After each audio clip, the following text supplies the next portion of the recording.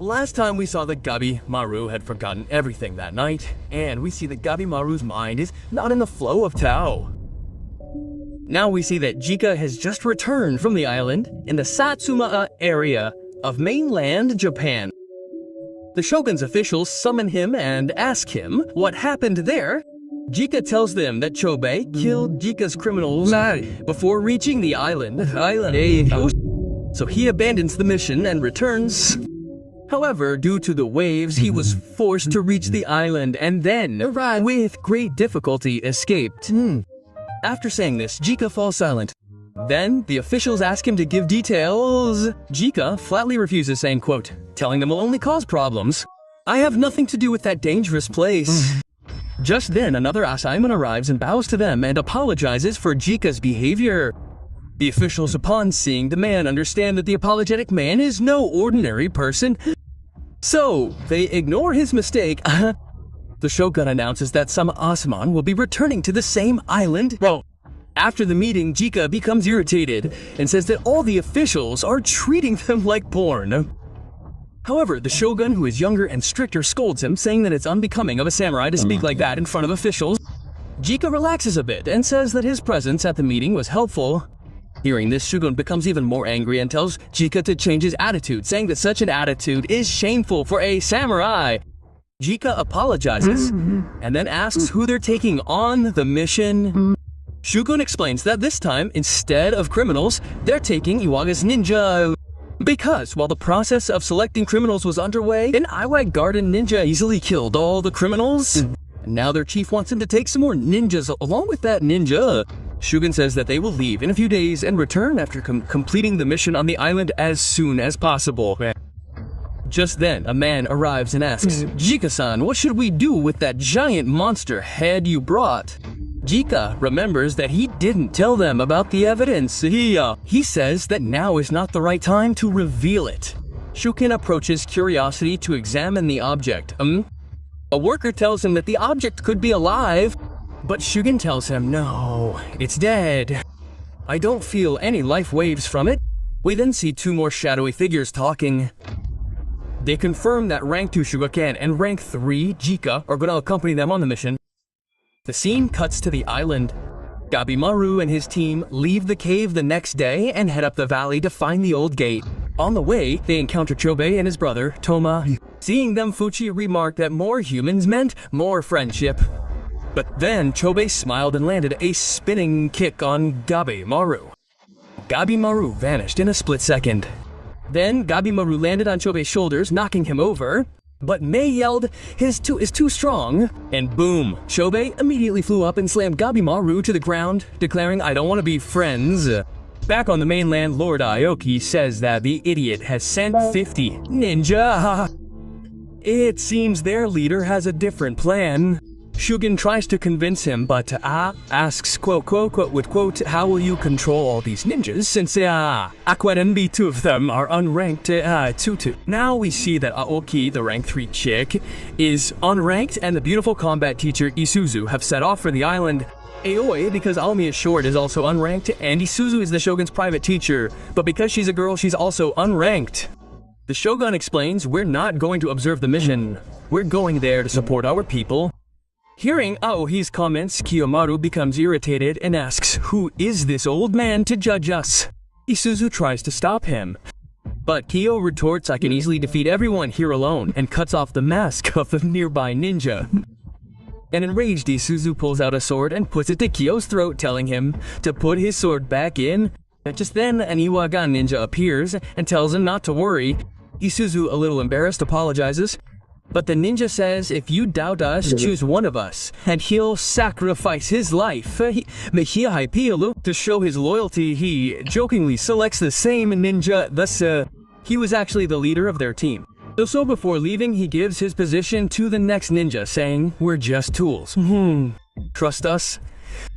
Shockingly, the ninja actually kills himself. But then another ninja goes to the new leader and recalls his chief's orders. They must kill the Gabimars at any cost, even if it means sacrificing their own lives. Kiyo tells Shugen that these people are very strange. Shugen says, "I don't care. I don't trust them already." They're just criminals. We just have to find Elixir. Now Shugen angrily declares, I'll finish all these criminals in the end. My people should be safe. Kyo jokingly says they're probably all dead by now. Shugun looks at him with such anger that he runs away. But Shugun has only one hope, that Aizen and everyone else are safe on the island. Now Jika asks Aoki if bringing so many strange people will make the mission more difficult. But Aoki tells him that the Shogun wants a fast result because finding the Alexander of Life will please the king. But Jika knows the truth is something else. This ship isn't carrying hope. It's carrying only death and chaos. This boat will bring people back to health faster. Jika asks Aoki for one last try to return the ship, but no one listens to Jika. The scene then cuts to the fight between Gabimaru and Chobei, and we see Gabimaru leaping from the ground. Gabimaru thinks that now Chobei has also become immortal. Just then, Gabimaru kicks Chobei, but Chobei easily blocks it. Chobei then picks up Gabimaru and throws him to the ground. Angrily, Gabimaru declares that he will tear Chobei apart and uses the Ninpo Blooming Needle. But that's just a distraction, and Gabimaru attacks from above, severely wounding Chobei. Then Chobei kicks Gabimaru in the face. Chobei's strength is so strong that Chobei instantly heals. Enraged, Gabimaru begins biting Chobei like an animal, and Chobei, shocked by this, backs away from Gabimaru. But then Gabimaru bites Chobei's neck, but Chobei remains unharmed. Chobei's wounds heal instantly. The two now stand face to face, and Chobei kicks the ground, shattering it. This causes Gabimaru to lose his balance, and Chobei uses his sword to attack Gabimaru. Off to the side, Gansu asks Mei why Gabi looks so weak. Mei says that his sword is broken. He's lost something important, but Gansu doesn't understand. Chobei yells at his brother Toma to attack others. Toma rushes at Gansu, thinking that he'll be an easy target since he's missing an arm. But then Gansusai takes his sword with a headbutt and declares that the real fight begins. Gansu begins to beat Toma without his sword, saying that he's weak because he depends on his brother. Toma then declares that his brothers decide everything and summons a Doshi monster to attack him. The Doshi attacks Mei and Fuchi, but then Fuchi prepares to protect me. Gabimaru becomes completely enraged.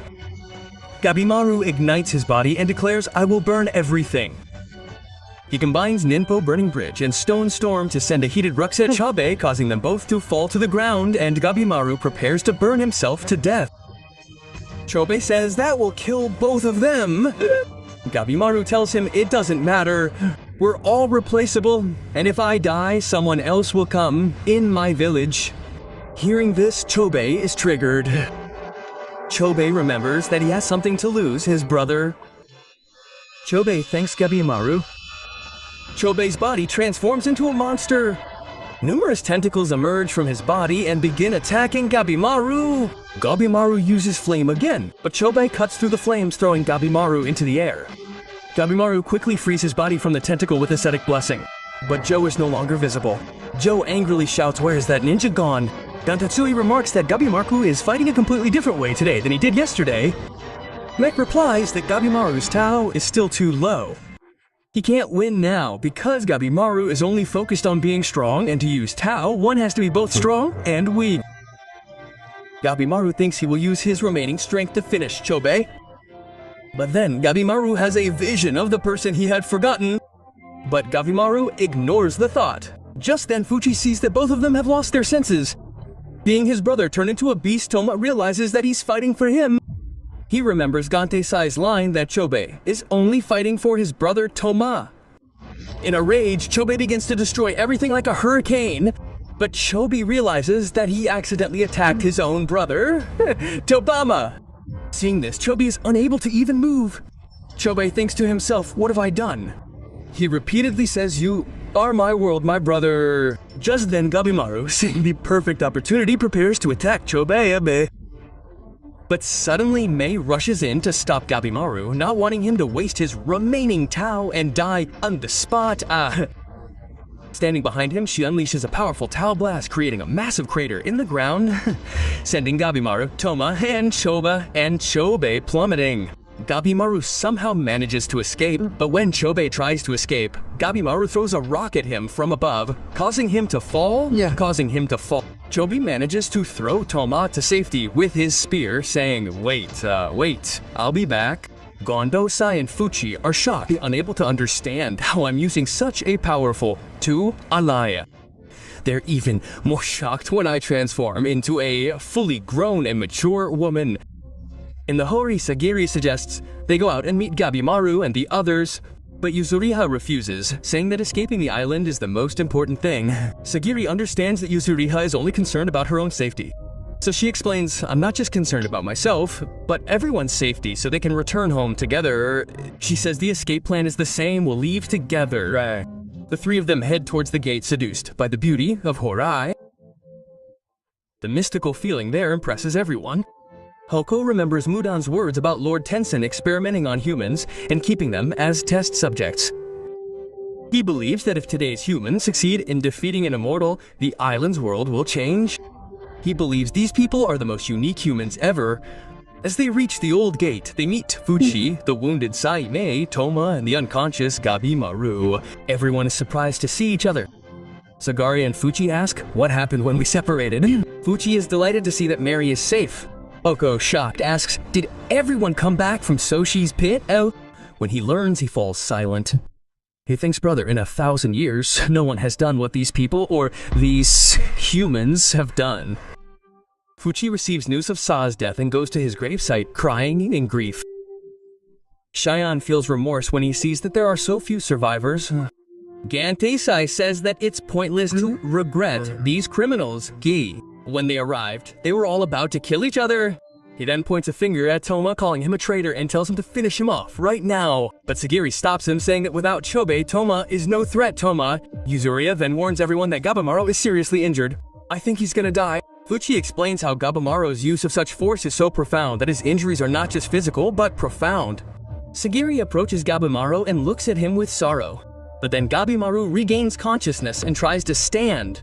Sagiri tells him to check his wounds, but Gabimaru remains relaxed and says, I'm fine. Shin warns him that if he doesn't get treatment, he'll die.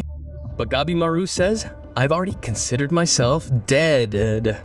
Sagiri is shocked. She wonders who this is. Gabimaru simply responds, I'm Gabimaru, the Hollow. Gabimaru attacks Sagiri, but Fuchi and Shion stop him, but Yui. Sagiri understands that when Gabimaru's uncle is disturbed, his memory deteriorates. Gabimaru has lost all his memories. She says, I'm your friend and I want to help you.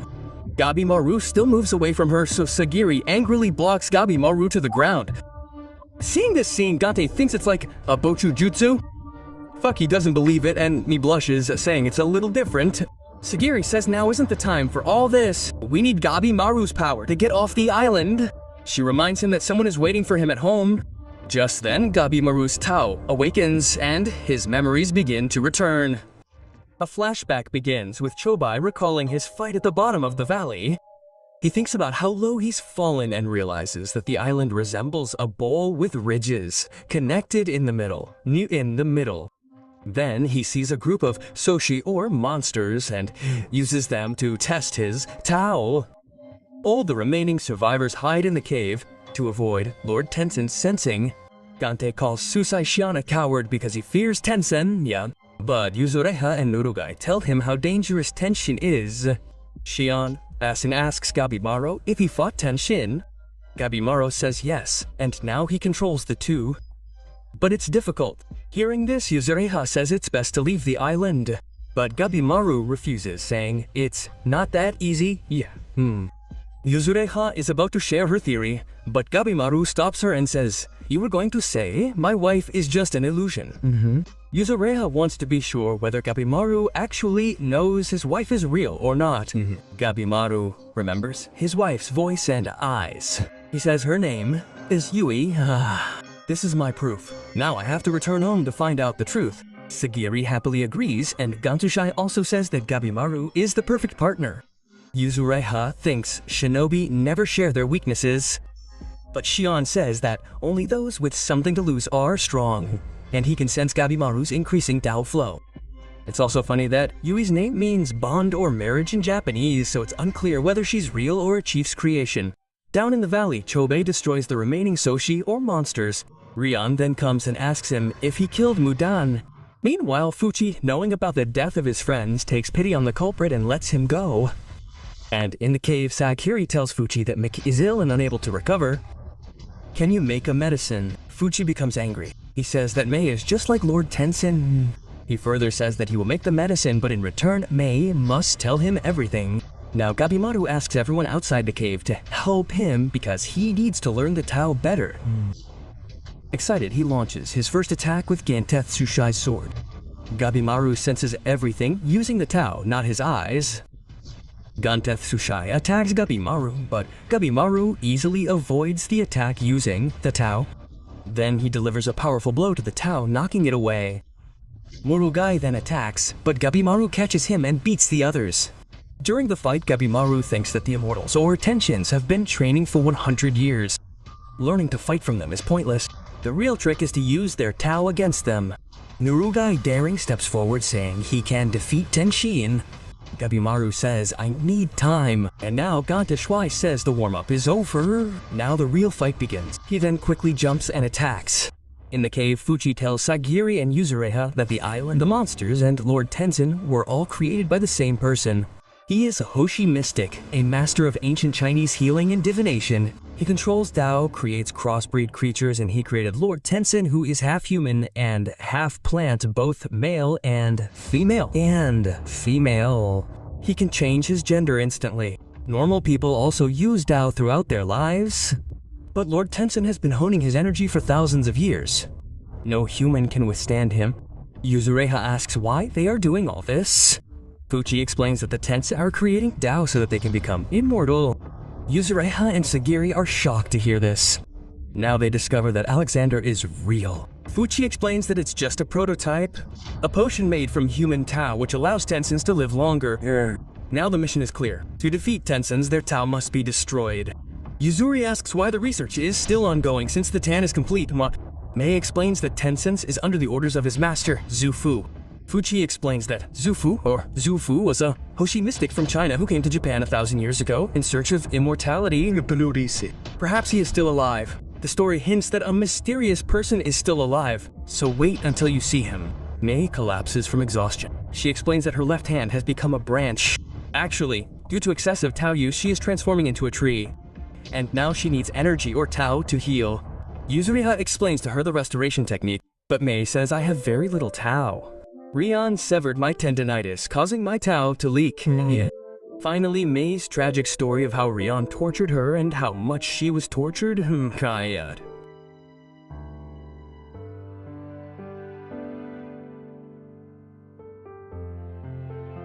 Hoko offers to give me his Tao so that she can heal, but she is afraid because it would force Hoko to sacrifice or die. Hoko says I am now going to become a tree. This is punishment for my sins. He explains that he considers Mei like his own daughter, so he doesn't want to lose her.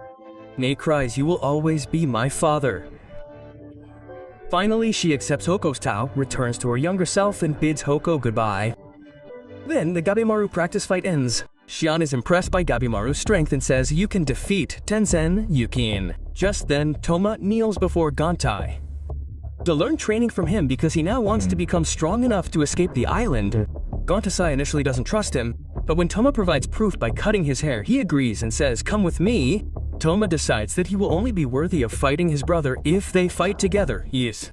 In another scene, we see Chobi seeing a strange creature in the valley. He thinks it's the same creature he fought. Rin explains that it's the same Tinhua flower that converts humans into Tan. But Chobi is keeping his Tan under control. Rin attacks Chobi with a Tin Splinter attack, but Chobi dodges it.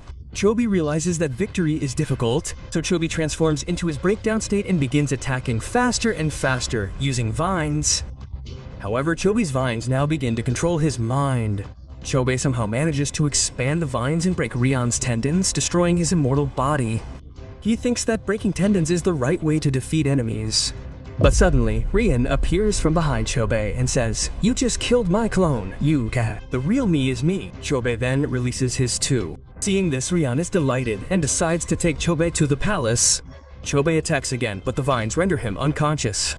In his dream, he says, I won't repeat my father's mistake and I won't abandon my brother. Later, he wakes up tied to a bed, with Rion standing nearby, caring for plants.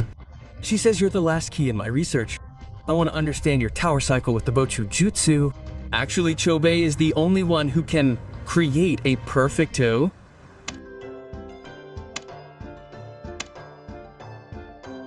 Then a funny moment occurs. For hours, Sai, shocked and sad, cries that Maya is now a child again.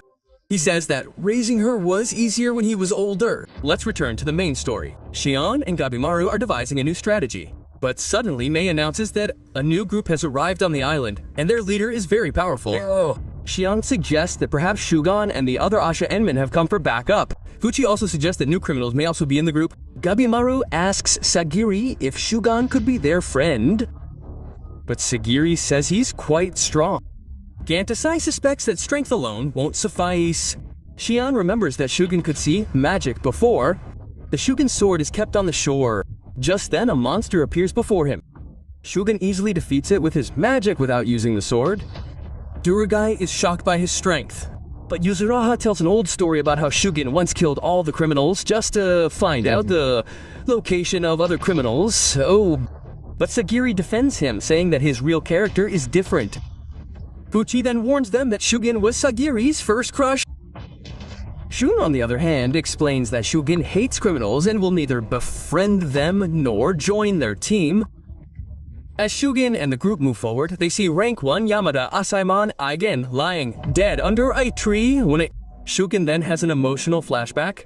Shugon is discussing the execution job with Aigen. Aigen teaches them to keep both the blade and the heart clean, etc. Now, in the present, Shugon breaks down in tears over the agent's death. He then offers a prayer. Shugon was saying his prayer very calmly. Meanwhile, the ninjas believe that Gabimaru is their target. They will use every trap on this dangerous island to complete their mission. Suddenly, a large flower falls on the ninja group. Munshin then arrives to catch it. Then Kiwisuzu cuts the flower. Shugon is still depressed. But as soon as the prayer ends, another monster attacks. Shugon instantly finishes it off and angrily declares that he will destroy everyone on this island. The ninja ranks here are similar to those in Naruto. A deep scene of Genin, Chunin, and Jon and other Buddhist prayers also takes place. Later, Jika again tries to send Shugon back. He tells him to collect the data and leave, but Shugon angrily asks, "Why haven't you drawn your blade yet?" The ninja recommend that information collection is their specialty. Meanwhile, the remaining survivors hear Shion's plan to form two teams. One will find the exit and one will be Alexander or Tan. Shion then draws a diagram explaining who will attack which tension with which attribute. Yuzuria says that escaping is difficult and risky and suggests that stealth might be better. Shion gives everyone a choice, go their own way or stay with the team and survive together. Fuchi then begins to explain the plan. But then Mi reveals that there are secret ships and a safe current beneath the Hōrai. They will escape from there, allowing them to avoid the fight. Now, all that remains is to get Alexander from the labs and escape in the ship. But Gabimaru says that everything inside the palace is constantly changing, so think fast. Yuzuriha and Gabimaru then teach everyone spy-like Tau control. Everyone splits up and we are shown the teams. The escape team consists of Biggie, Shion, Nurugai, Toma, Mei, and Fuchi, Mei. The Elex team consists of the remaining three members. But then Mei realizes she's about to leave the island. So she wants to ask Rin and Jofuk an important question when she leaves, and Ebeni, remembering his wife, Gabimaru, promises to fulfill Mac's wish. In the mini-hour, Tofa meets Chobei, but Jufa insults her, saying, "I'm disgusted to talk to someone like you." They then fight, but Chobei has become very strong. Chobei grabs her hand. But then Rin arrives and Rin asks her to follow him. Chobei feels Ryan's taunt. He sees a huge difference between his taunt and Rin's. Chobei abandons his escape plan because he needs to find Rin's weakness. Rin takes him to the lab where we see a huge Banko flower resembling a monster. This flower can create a large amount of tand, but its long-term use is not possible. Therefore, Rion needs Chobei's tand to complete his final experiment. Meanwhile, Team Elixir lands on the palace roof and gives the others a clear signal. Sagari thinks the mission is progressing quickly. Gabimaru says everyone must leave the island today. Before arriving, Fuchi had given a basic map of the palace, explaining that each Tensen has its own area, and all important things are in the middle. Mi quickly tells everyone who is where, and that the location of Rin's room will change after the flower drops at night. Gabimaru and Yuzura view the map from the top of the gate, overpower the security, and sneak inside. As they reach a room, a new shadow appears disguised as Ran. Ran explains that Chobai had informed them that the humans were coming, and he was tracking everyone until the last second. The scene gains momentum when we learn that Gabimaru has a heavy disadvantage against Ran's water-powered AO. Therefore, their plan is to escape this fight. Ran lures Mei, saying that Alexander is ready. There's no need for an outer way. Meg says that she only came to say goodbye to everyone. Ran is disappointed and says that the ritual will still take place. Sagiri asks, what ritual? Rum explains that it's a ritual. They sacrifice the humans for the Grand Master. Meanwhile, the two squads are separated due to density. The second group is now split into 3 groups. Now Gansu, Toma, and Fuchi are with them, and Shion and Nurugai are with them. And now we see Gun Tetsuo face Fuchi. Juzan faces Tufa and Jufa, Shion, and Nurugai. As Lord Tensen appears before everyone, they realize that their real plan has failed and a fight is now unavoidable. So, they must fight. And remember, this entire island is like the pot analogy from the beginning. Everyone is thrown into a pot and trying to extract the juice of a magic immortal. We hinted at the beginning that this would be the endgame. Look, Gabimaru knows that the enemy is at an unfair advantage, but Gabimaru still tells Sagari and Mei to go find the algae while he and Yuzuriha stop the monster. Mei then says that this is not Rion's temple, and Kabi is shocked. Just then, he feels a kick from behind and he immediately jumps back. Gabimaru then goes straight for Tenshin and kicks him. But Ran easily dodges the kick. Then, standing in a strange position, Ran declares that he had altered the palace's structure and now has control over everything. He explains that it's his job to build or destroy buildings and that he can control them with ease. Then, he releases spikes from the floor which impale Mei. Mei has no way to escape. Gabimaru becomes completely serious. Gabimaru fights Ran to save Mei, but it has no effect on him because his Tao is of a different kind. Yuzuriha sees an opportunity and throws her Tao knife, but it bounces off Ran's armor. Ran then delivers a powerful double kick, knocking them both away. Gabimaru sees that Ran's body is covered in a layer of strong armor with no gaps. Ran laughs and says that his body and Tao are in perfect harmony.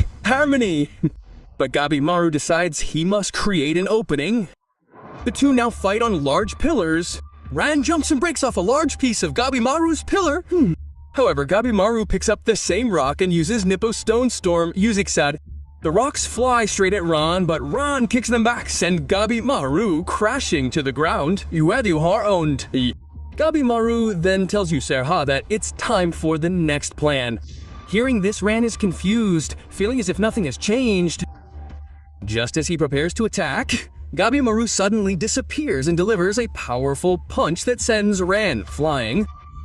In a flashback, Gabimaru explains that Tao is like a water flow that circulates around the body. If you control its direction and speed, you become powerful, But Tensen's uncle is so strong that normal rules don't apply to him. Now Gabimaru devises a plan, first weaken his own strength, then absorb his strength, and finally turn his strength back on him. In the present, he uses the same plan, hitting Ran hard and pushing him to the ground. Matching his breathing with Run's, he enters a calm and focused state, and the two begin to exchange punches at a rapid pace. Ran is impressed, saying, quote, "You're a man on a different level." But Gabimaru says this isn't because of me, but because of everyone's sacrifices. Hearing this, Ran is slightly shocked. Just then Saigari frees me and says, "Let's go get Alexander." Ran turns to stop them, but Gabimaru stops him and yells, "Go finish the job!" Ran realizes that Gabimaru is using his Tao against him and tries to control him. Just then Yuzuriha speeds up and cuts him in half. Yuzuriha goes to attack him again, but Gabimaru stops her because Ran was laughing. Actually, Ran was impressed by his fighting skills. Ran says, according to the ritual, "I can't fight you like this anymore," and then his body transforms into flowers and vines. After that, with a massive explosion, he transforms into his forearm Kishikai form. Meanwhile, Rin is sitting in his circle, reviewing the names of all the humans Chobei has given him. Meanwhile, Shin and Nurgai face Jujin, and here too, Jujin has the advantage because of his Tao. Gon, Tatsui, and Fuchi face Tufa and Jufa, and sadly, Gon, Tatsui, and Fuchi are at a disadvantage here too, because of their two. Rin thinks his team will easily win, but he tells Gabimaru to be wary of him. He then places the elixir of life in front of the statue of Foku, and says that as soon as they defeat the humans, they will begin their final plan for the mainland, Ibid. Meanwhile, after a long journey, Team Asaman reaches the Tan Pits and is deeply saddened by the state of Thanja and Genji. Shugen angrily says now go straight to Hōrai and finish everyone off, and then he plays a fluid which carries all the monsters away. Ran, in his Kishikai form, begins to attack Gabimaru and Yuzuriha, even destroying a building. He throws Gabimaru out with a single blow, and Yuzuriha falls to her knees. Meanwhile, Sagari and Mei leave to find the lab. Mei is worried, but Sagari says that Gabi has a plan and will be safe. Ran then hits Gabimaru hard, throwing him to the ground. Gabimaru realizes how much stronger this tension is than the previous one. Kuro. Seeing Gabimaru getting beaten, Yuzuriha immediately uses her ability to save him. But then, Ran suddenly appears behind them. As soon as Ran attacks them, Gabimaru blocks his attack. This enrages Ran, and in a single blow, he rips Gabimaru from his shoulder to his stomach and throws him away. Oteva. Gabimaru was about to die. But before dying, Gabimaru remembers that he won't die until he returns to his wife. Then we see him prick a flower with his finger and regain his inner tan balance, and all his wounds heal instantly. Gabimaru's eyes turn black and a vine-like design spreads across his body. Actually, when someone's tan grows from within, their body becomes out of balance, making them as powerful as Tensen. Mei initially refused, citing the high risk to their life. But Gabimaru had already decided. He says that Shubi risked everything for his brother. I will do the same for my wife. Sagari is shocked to hear this, but understands that he's only fighting for love. The fight then becomes more intense. However, Gabimaru notices that Ran's attacks are slowing down. Yuzuriha, despite being injured, tries to fight the other. But Gabimaru tells her that she's staying away from people because she's afraid. But you should understand that sometimes, crazy people get ahead of everyone else. Yuzura laughs and says, let's fight together this time. Gabimaru uses his fire Tao, but it doesn't work against Ran's water tower. So he tells Yuzura that only her earth power will be useful. Together they launch multiple combined attacks on Ran. Ran still manages to hold them off, but her armor begins to crack. Gabimaru says, the plan worked. Actually, Gabimaru's plan was to overstimulate Ran's sense of judgment and timing with these attacks. Now that Ran has used up all her Tao, Ran's Kisei form explodes. She returns to her normal form, but she's trying to regain her energy by gender shifting. But then Gabimaru yells at Yuzuriha that now is the right time to kill him. Ran stops her, saying that if she goes any further, she will die. Yuzuriha is actually in a lot of pain from her previous injury, and if she attacks Ran, she will die. Yuzuriha stops here, then turns around, ignites the two in her knife, and catches it. Gabimaru lifts her into the air, and she jumps from above, destroying the two inside Ran. Ran begins to rot. As he dies, he calls out to his brother and transforms into a flower. The fight finally ends, and Yuzuriha says that her body has begun to arborify. But Gabimaru says that he had no choice, that he must return to her. Gabimaru tells her to rest. He goes to Sagari and Mei. Before leaving, he thanks Yuzuriha. He says, if it weren't for you, I would have died already. Now Yuzuriha is sitting alone. She looks at her wound and thinks she's never shown her heart to anyone. Yuzuriha remembers her sister Saya and says, I was trying to live for both of us. But it seems that was all there was to it. Smiling, she dies thinking of her sister. This moment breaks my heart every time. We then see Gabimaru running his mind, constantly revolving around the need for at least 5 people to operate the underground ship. So he runs non-stop toward the temple. But suddenly his legs freeze and he falls to the ground. Vines have already spread through his body. He tries to crawl forward, then he remembers Yuzuriha's words. The more he heals, the faster the vines will engulf him. Uhiko katam. He thinks about his wife's face and wonders what Yui would say if she saw him now. Then Gabimaru collapses and falls unconscious.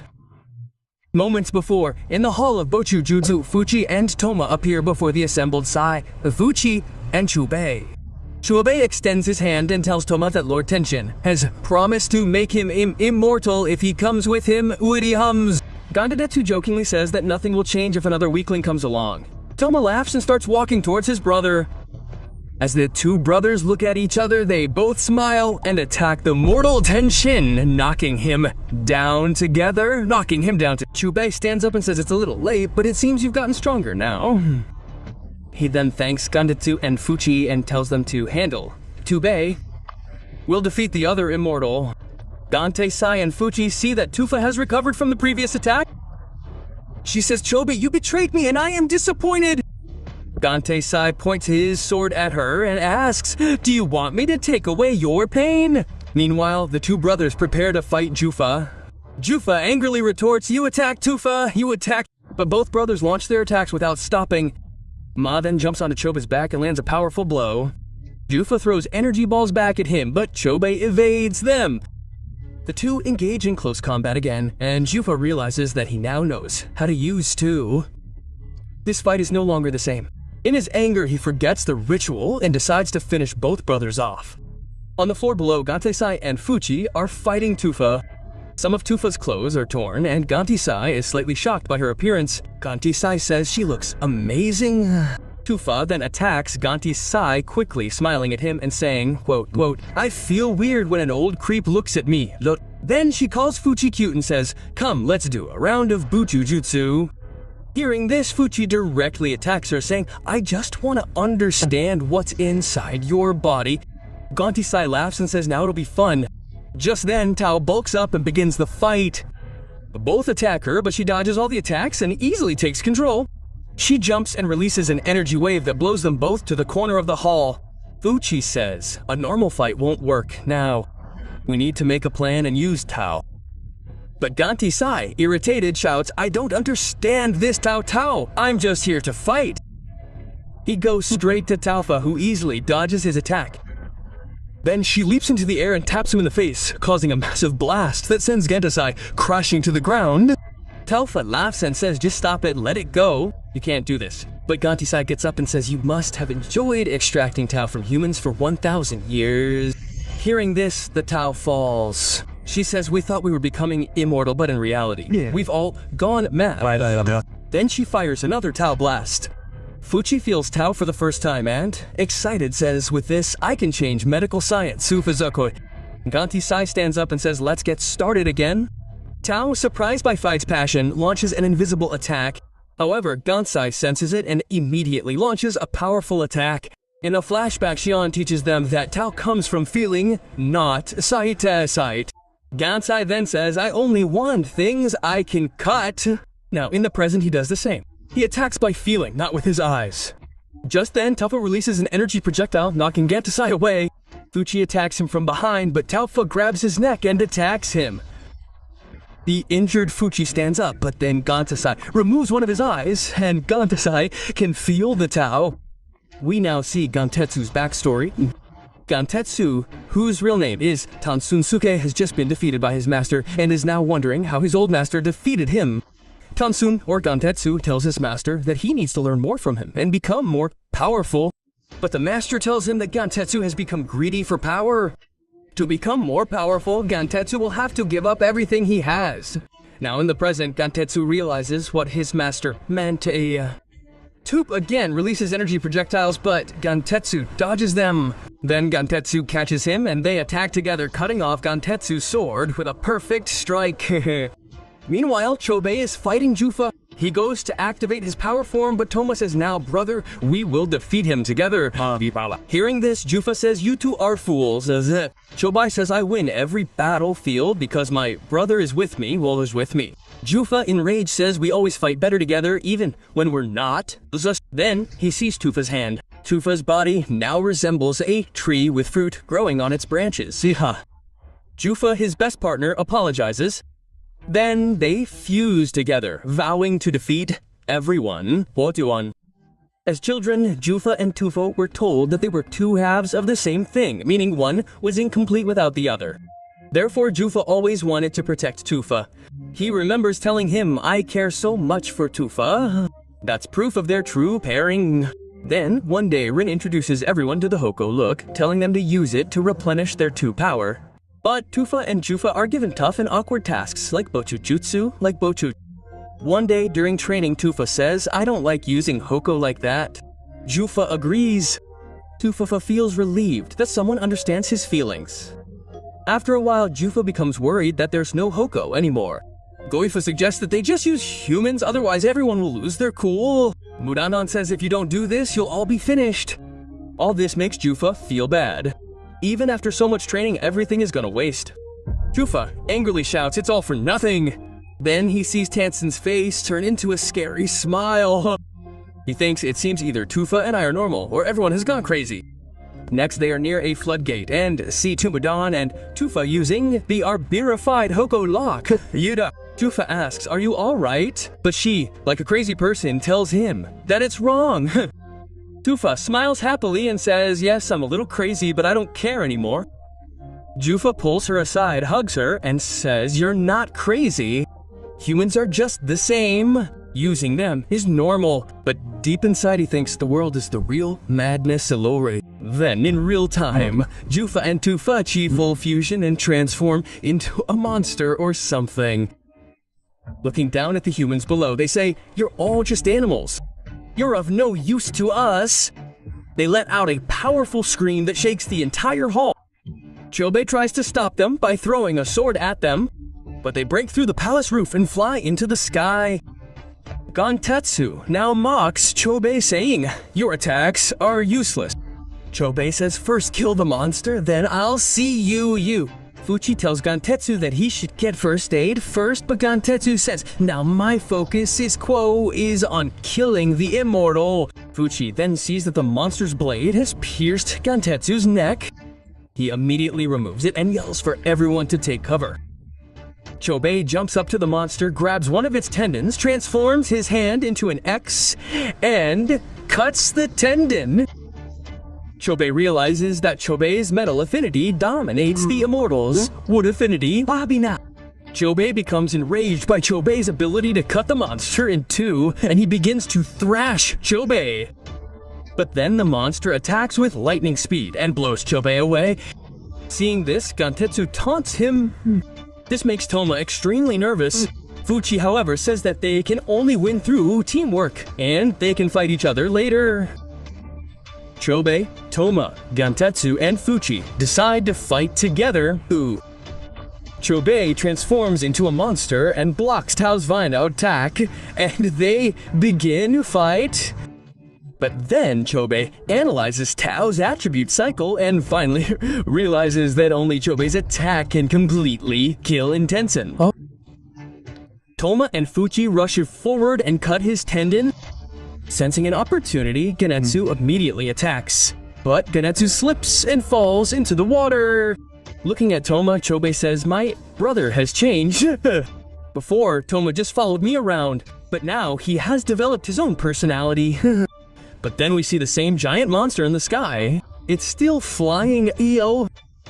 And now, looking at the monster, they're at a loss. But Chobei knows that to defeat the monster, they'll have to sever both of its tendons simultaneously. So, Chobei devises a plan. He'll team up with Ganatsu to destroy Jufa, while Toma and Fuchi fight Tofa. Toma, a little confused, asks, what should I do, brother? But Chobei lightly hits him on the head and says, now you decide for yourself. You have the strength. I trust you. Ganti-sai initially refuses, saying, I don't follow any monkey's rules, Hamuna. But as soon as Chobei compliments him, Ganti-sai, you're strong, Ganti-sai immediately agrees. Now Chobei looks at the monster and thinks we're all fighting in pairs. Just like these people fight for their partners, we fight for our brothers. He then declares that Toma has grown up now. He doesn't need to be protected. He will break them both so they can die together. The battle begins. Everyone, including Chobei, Toma, Ganti-sai, and Fuchi, rush towards the monster. Vine attacks are everywhere. Ganti-sai tells Fuchi to take cover while he dives in. He jumps and attacks the monster, but the vines repeatedly pummel him. This makes Fuchi think Ganti-sai has reached his limit. Then the monster launches its own spin at Fuchi. But Toma jumps to Fuchi's rescue, taking the entire attack upon himself. Toma shocks Fuchi, making him realize that Fuchi's strength is essential to killing the monster, the monster. Just then, Chobei sees everyone, and immediately realizes that everyone has given their all. Just then, Ganpati-sai sneaks up from underwater and delivers a powerful slash from below, cutting the monster straight through. Maplo. Now's everyone's chance. Fuchi, Toma, and Chobei attack both immortals simultaneously. Jufa and Tofa are about to meet again, but before they can, the team breaks their Tandandan. Tofa emerges from the water and screams in pain, but Fuchi grabs her hand. Fuchi gently holds her and says, "Stop now, your time is up." Jufa too has weakened. He emerges from the water and immediately attacks Chobei. But then, Chobei punches himself in the stomach and pulls out 2 bottles, both filled with water towel. He pours the liquid onto Jufa's body, burning her like acid, stopping her healing. Chobei smiles and says, "You shouldn't have messed with Aja, brother." Suddenly, Gentis Usai appears and lands the final blow, killing Jufa. Chobeth is a little confused as to whether Gentisai feels any pity for the creature. He then breaks an object from Tofa's body, places it near Jufa and says, "Thank you, the fight was good." Jufa tearfully tells Tofa, "Sorry, I couldn't protect you." We then see the two revert to their child forms and embrace each other in the afterlife.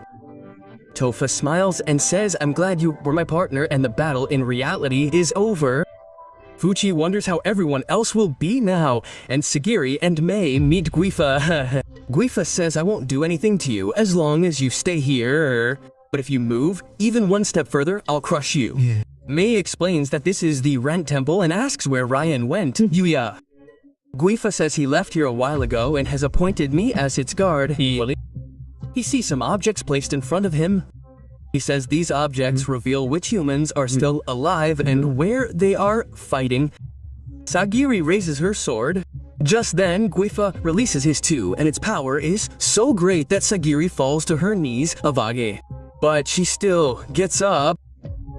Guifa says, "You have courage, but if you resist, I will break you." Sagiri tells him, "I didn't come to fight. I came to say sorry. We made a mistake. We invaded.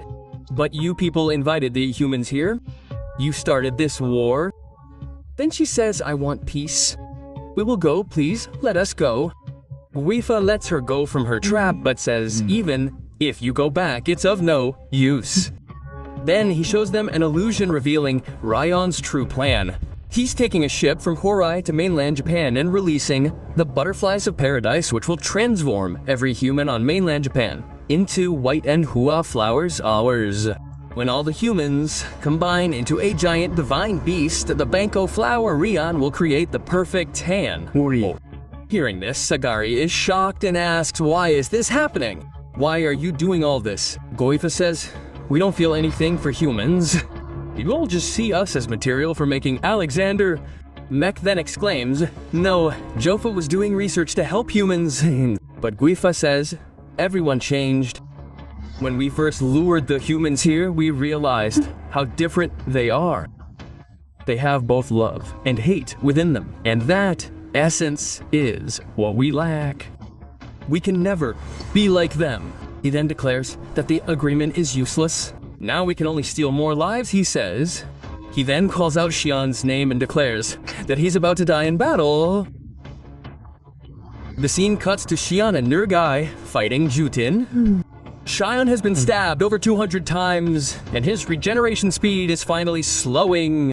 But after the constant fighting, Shin is exhausted, but he refuses to stop. Jojan angrily asks, "What are you?" Xian says, "Those who take others' lives never understand, and those whose own are taken away never forget." Now Jojan, who looks like a skeleton, uses all the dead bodies to attack. But Xian cuts them all down. Finally, Xian uses the Inner Harvest Shower spell. But the attack doesn't hit Tenshin, and Xian throws his broken sword at Tenshin. But then Tenshin, despite his injuries, attacks and buries Xian under a multitude of dead bodies. Having done all this, Tenshin bursts out laughing.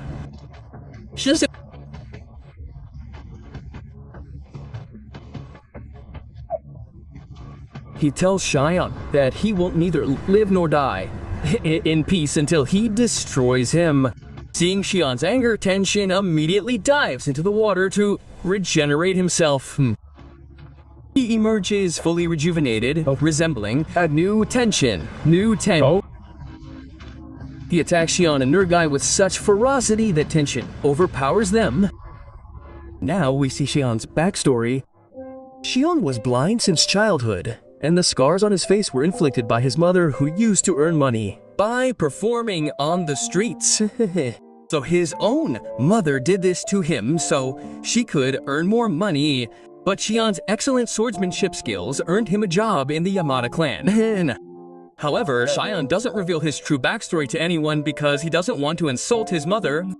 Now, in the present, Shin angrily declares, "I'll kill you, even if it means giving up my life," and he tells Nurgai to back off, and Xian quickly cuts off one of Chusin's arms and immediately plunges his sword into his tendon. Xian remembers that if he wants to kill Lord Tensen, he must destroy his tendon, which resembles ovules. Xian takes his sword and thrusts it directly into Chusin's tendon. Xian says, "I'll finish him right here." But then all of Chusin's vines begin to penetrate Xian's body. Mei tells him to put away his sword, or the vines will kill him until he does. Xian says, "No, even if we both die, I still win." Nurgai yells, "Stop, sensei!" But he says, "I have to take responsibility for Tanja and save her, so run away." Nurgai runs away crying. As he runs, Nurgai thinks of all this happening to him, and every time he survives, someone else dies. But then he remembers the moment where Tanja died, and Tanja appears to him in his dream. Tanja smiles and gives Nurgai a sword, saying, "Now you have to do one thing." Nurgai understands and runs back to the palace. There, Xian is wrapped in vines. Just then, Nurgai flies in and pulls Xian out of his vines. Both fall to the ground. Nurgai hugs Xian and tries to balance his energy. Nurgai says that the Chujin is still regenerating, but it will take a day for it to fully recover slowly. So let's leave now. But Xian says, "I can't leave until this crutcher is breathing." Oh! Nurgai says that Tanja also left without regret, and we should join the others and move forward with them. Just then, Xian sees Tanja's reflection in his sword and finally feels peace. He says, "Thank you. Let's go." 2 bottles break in the ritual circle and 1 cracks. This means that Lord Tensen's members are dead. Sagiri observes and says that Gabimaru and the others are still alive. Guifa gets up and says, "I'm going to report to Rin." Sagiri asks him, "Don't you feel anything for your friends?" In response, Guifa says, "We don't have tension or emotions."